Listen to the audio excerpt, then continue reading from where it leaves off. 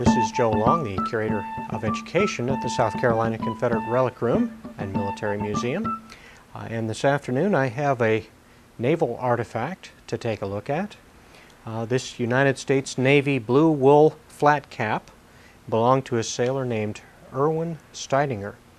And this was the first wool flat cap that he was issued in service.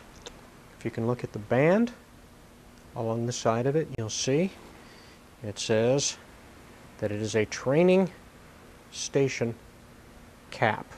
And this would give away his recruit status to anyone that he met.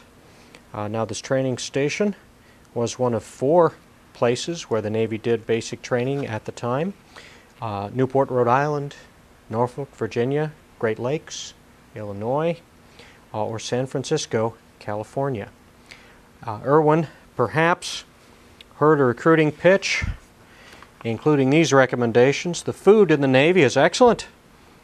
The character of the diet has changed with the seasons of the year and the climatic conditions of the locality, but sailors are supplied with fresh provisions. The U.S. Navy ration is better than any other military service in the world. This subsistence is furnished to enlisted men free. Well, perhaps not a bad inducement, since he's going to make a little more than $17 a month in his initial Navy career. After graduating from basic training, Steidinger went on to have service in one of the groundbreaking ships of the era. And a U.S. Navy flat cap, after he left basic training, if assigned to a shore station, he would have one like this that we use for living history with U.S. Navy. However, in our First World War exhibit, you may see the one he actually wore, because as a member of a ship's crew he was privileged to wear the one that said USS South Carolina. The most famous early battleship, the one that started the phenomena of modern battleships, was His Majesty's ship, the HMS Dreadnought.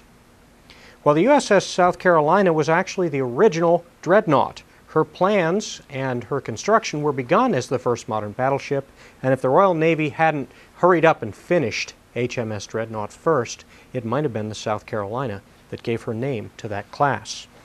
Another thing that Erwin probably read or heard from his recruiter was about the wonderful life in the fleet. Men from the battleships go ashore at Guantanamo, Cuba, for target practice on the largest rifle range in the world.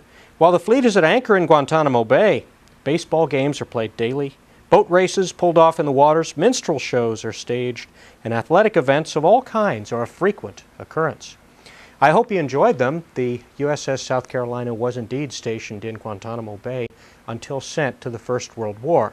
She never had to take part in a surface action, but her 12-inch guns were a welcome addition to the Allied fleet in World War I.